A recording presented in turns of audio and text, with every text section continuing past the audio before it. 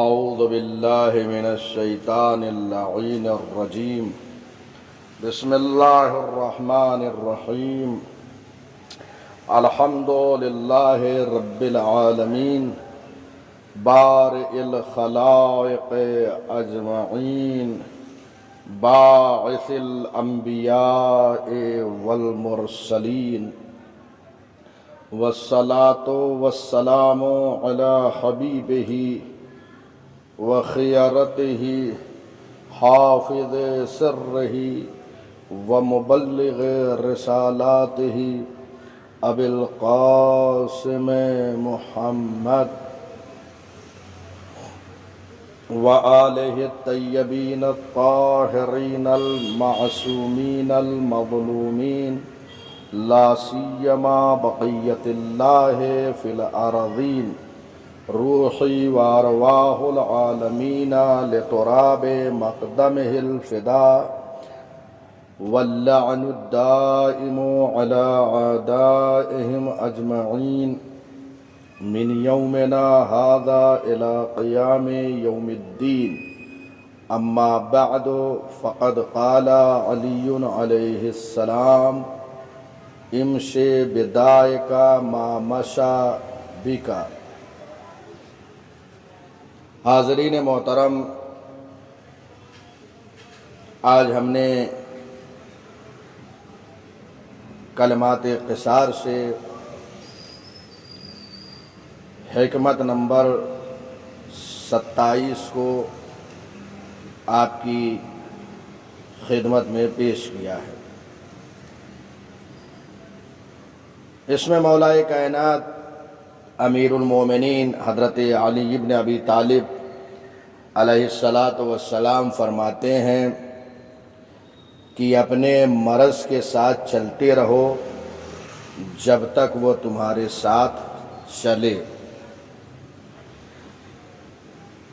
اس حدیث مبارک میں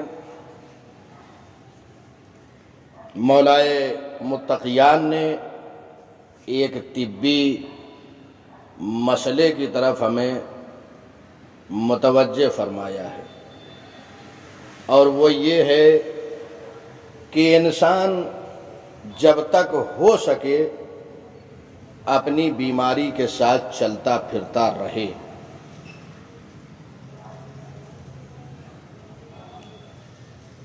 اگر وہ مریض ہو جائے تو فوراً اسے دوا کا استعمال نہیں کرنا چاہیے،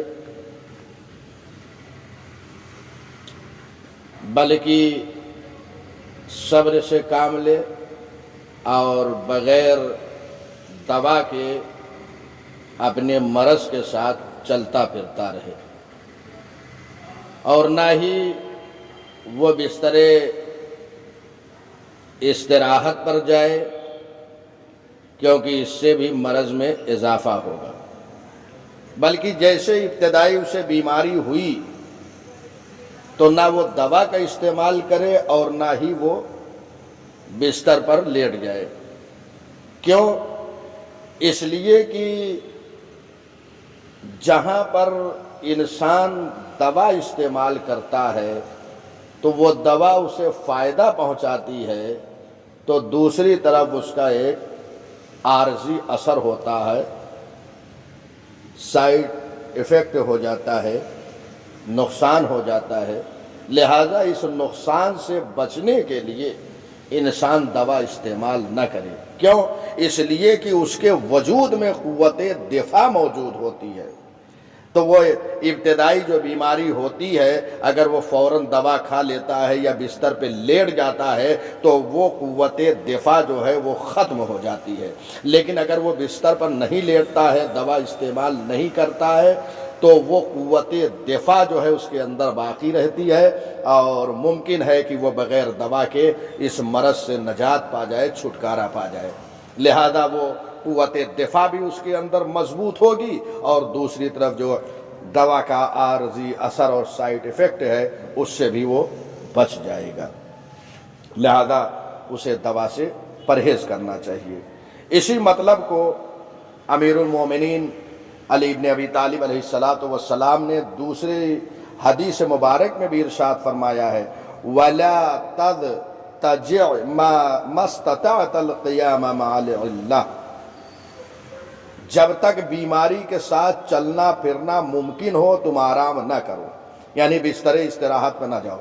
آپ نے ملاحظہ کیا ہوگا کہ بہت سے لوگ اچھی صحت ہوتی ہے، جسم اچھا ہوتا ہے، اور ابتدائی تھوڑا سا نزلہ یا بخار ہوا بستر پر لیٹ جاتے ہیں، چنانچہ وہ مرض ان پر غالب آ جاتا ہے۔ لہٰذا ایسے موقع پہ چاہیے کہ بستر پر نہ جائے، چلتا پھرتا نظر آئے، تاکہ وہ جو ہے قوت دفاع کے ذریعے سے اس مرض کو جو بخار ہے یا نزلہ ہے وہ دور کر سکے۔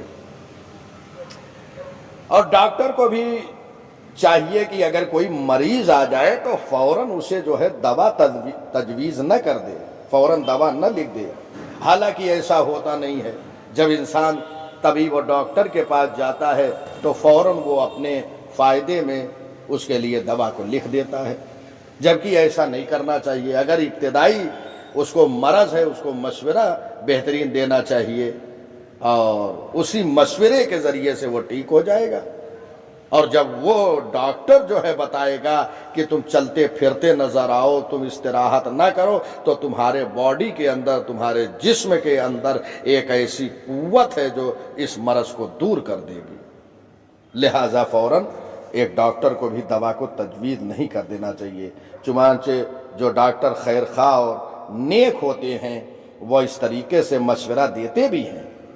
چنانچہ پیغمبر اکرم صلی اللہ علیہ وآلہ وسلم ارشاد فرماتے ہیں لا يتداوى المرء حتى يغلب مرضه صحته، یعنی طبیب اور ڈاکٹر کسی کے لیے دوا کو تجویز نہ کرے جب تک کہ اس کا مرض اس کی صحت پر غالب نہ آ جائے، یعنی جب تک ممکن ہو اس سے بچنا ڈاکٹر اور طبیب کو چاہیے کہ اس کے لیے کوئی دوا تجویز نہ کرے۔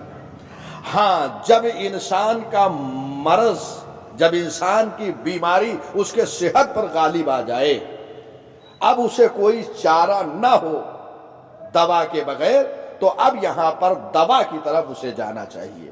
جب تک ممکن ہو بچاتا رہے دوا سے، اور جسم کے اندر جو قوت دفاع ہے اس سے دفاع کرتا رہے۔ لیکن اگر ایسا ہو جائے کہ اس کا مرض اس کے صحت پر غالب آ جائے، تو اب اسے علاج اور معالجے کی طرف جانا چاہیے، ڈاکٹر سے دوا لینا چاہیے، دوا کھانا چاہیے، تاکہ اس سے ٹھیک ہو جائے۔ اس لیے کہ اگر اب وہ علاج نہیں کرائے گا تو اس کا مرض بڑھتے بڑھتے اس کیفیت تک نہ پہنچ جائے کہ وہ جو ہے اس کے نابودی کا اور اس کے دنیا سے چلے جانے کا سبب بن جائے۔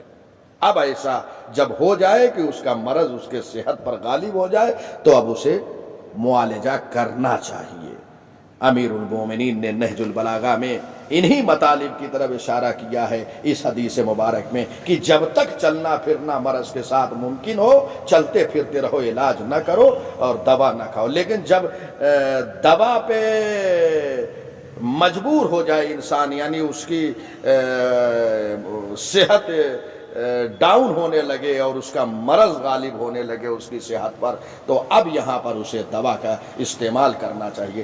اگرچہ یہاں پہ بھی دوا ایک سائیڈ ایفیکٹ رکھتی ہے، لیکن چونکہ اگر وہ معالجہ نہیں کرے گا تو اس کے نقصانات زیادہ ہیں، لہٰذا یہ سائیڈ ایفیکٹ جو کم نقصان ہے، اس کم کو برداشت کر کے اس بڑے نقصان کو اب دور کرنا چاہیے۔ لہٰذا اپنا معالجہ کرنا چاہیے اور اسے دوا کھانا چاہیے، اور ڈاکٹر کو بھی اب ایسے موقع پر دوا کی تجویز کر دینا چاہیے۔ چنانچہ یہ متعدد حدیثیں اس حوالے سے ہے۔ میں نے ایک حدیث مبارک جو ہے نہج البلاغہ سے سرنامہ قرار دیا، اور دوسری مولا کائنات نے ایک اور حدیث میں ارشاد فرمایا کہ اپنے کو جو ہے وہ بستر استراحت پر نہیں لے جاؤ جب بیمار ہو جاؤ، بلکہ چلتے پھرتے نظر آؤ۔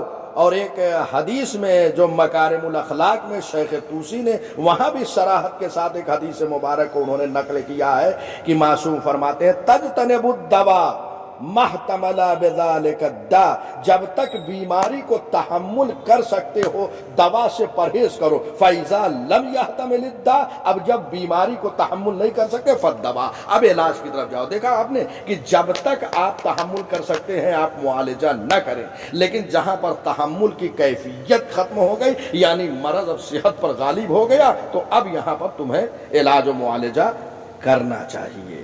تو آپ نے ملاحظہ فرمایا یہ مولا کائنات نے ایک فقرے میں دو مطلب کی طرف اشارہ کیا. دونوں طبی مسئلہ ہے کہ جب تک بیماری کے ساتھ چل سکتے ہو تم علاج نہ کرو، بلکہ یہ مرور ایام سے ممکن ہے یہ خود انسان ٹھیک ہو جائے جو قوت دفاع ہے انسان کے اندر اس کے ذریعے سے، اور اگر نہ ہو تو انسان معالجی کی طرف جائے. اس کے ضمن میں اور دوسری حدیثیں میں نے بیان کیا. اب ایک اور حدیث کو میں اس عنوان سے یہاں پیش کر رہا ہوں کہ انسان جو بیماری ہوتی ہے نا، وہ بیماریاں جو پیدا ہوتی ہے وہ انسان جب بہداشت کی رعایت نہیں کرتا ہے، نظافت اور پاکیزگی کی رعایت نہیں کرتا ہے تو یہ بیماریاں آتی ہیں. لہٰذا اصول صحت، گویا یوں کہا جائے کہ نظافت اور جتنے اصول صحت ہیں اگر ان سب کی انسان رعایت کرے تو اصلاً وہ مریض بھی نہیں ہوگا، یعنی بیماری سے وہ محفوظ رہے گا. تو ان اصول صحت کی جو ہے اسے رعایت کرنا چاہیے.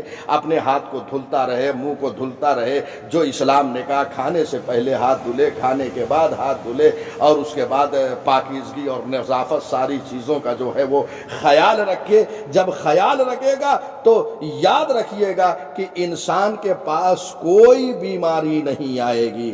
اور ان اصول صحت میں سے ایک اہم چیز ہے کہ انسان شکم سیر ہو کر کھانا نہ کھائے، بھر پیٹ کھانا نہ کھائے. کیوں؟ اس لیے کہ یہ جو ہے پیٹ انسان کا یہ بیماریوں کا گھر ہے. ساری بیماریوں کی جڑ انسان کا شکم ہے. اگر اس پر انسان کنٹرول رکھتا ہے تو اسے بیماری نہیں لگتی ہے. چنانچہ رسول اعظم صلوات اللہ وسلامہ علیہ فرماتے ہیں ایاکم والبطنہ فَإِنَّهَا مُفْسِدَةٌ لِلْبَدَنِ وَمُورِثَةٌ لِلسُّقْمِ وَمُكْسِلَةٌ عَنِ الْعِبَادَةِ. پیٹ بھر کھانا کھانے سے پرہیز کرو.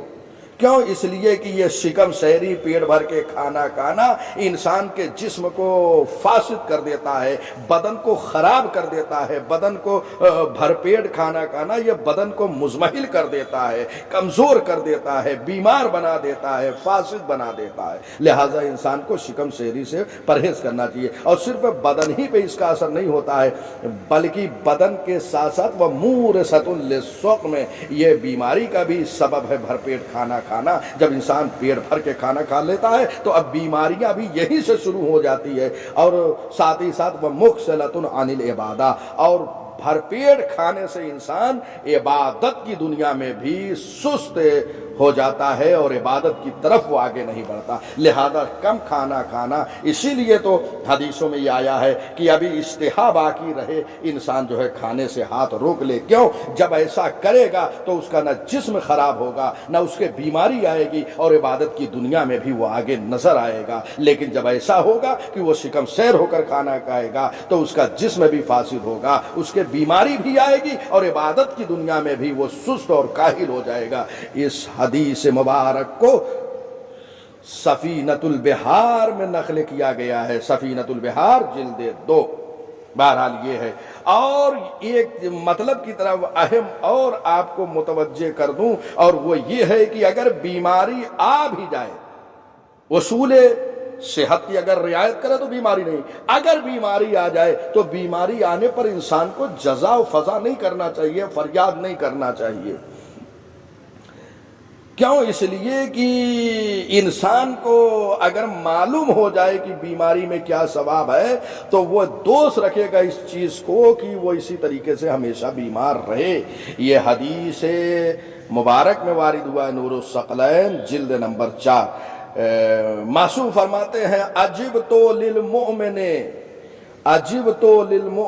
وجزعہ من السقم ولو یعلم ما فی السقم من الثواب لأحب ان لا یزال اللہ یزال سقیما حتی یلقا ربہ عز وجل، مجھے تعجب ہے مومن پر اور اس کے جزا پر، یعنی جو مومن جزا و فضا کرتا ہے، من السقم یعنی بیماری سے، جو فریاد کرتا ہے، جو چیخ و پکار کرتا ہے، اس پہ تعجب ہے۔ یعنی گویا معصوم یہ بتانا چاہ رہے ہیں انسان کو بیماری پر جزا و فضا اور فریاد جو ہے، چیخ و پکار جو ہے، واویلا نہیں کرنا چاہیے۔ کیوں؟ وَلَوْ يَعْلَمُ مَا لَهُ فِي السُّقْمِ مِنَ الثَّوَابِ، کیونکہ اگر اسے معلوم ہو جائے کہ بیماری میں کیا ثواب ہے تو وہ اس چیز کو محبوب رکھے گا کہ اس کی بیماری ہمیشہ اس کے ساتھ رہے، حَتَّى يَلْقَى رَبَّهُ، یہاں تک کہ وہ اسی بیماری میں اپنے رب عز و جل سے ملاقات کر لے۔ تو آپ نے دیکھا اولاً تو اصول بہداشت، اصول نظافت، اصول صحت کی رعایت کرے تاکہ بیماری نہ آئے، اور اگر بیماری آ بھی جائے تو اسے جزا و فضا نہیں کرنا چاہیے، کیونکہ اللہ نے اس میں بہت ثواب رکھا ہے، اور اگر اس ثواب کو معلوم ہو جائے تو ہر انسان یہ تمنا کرے گا کہ میں ہمیشہ بیمار رہوں اور بیماری کے عالم میں اپنے پروردگار سے ملاقات کروں۔ بہرحال خلاصہ مطلب یہ ہے کہ امیر المومنین یعقوب الدین قائد الغر المحجلین حضرت علی ابن ابی طالب علیہ السلام نے اپنی اس حکمت مبارک میں انسانوں کو، بشریت کو اس بات کی طرف متوجہ کیا ہے کہ جب تک اپنی بیماری کے ساتھ چل سکتے ہو، نہ علاج کرو اور نہ بستر استراحت پہ جاؤ، بلکہ چلتے پھرتے رہو، کیونکہ اس قوت دفاع جو تمہارے اندر ہے ممکن ہے اس سے تمہارا مرض جو ہے وہ غائب ہو جائے، دور ہو جائے۔ لیکن اگر تمہارا مرض غالب آ جائے تمہارے صحت پر تو اب معالجے کی طرف جو ہے فوراً جاؤ اور اپنا علاج کرو۔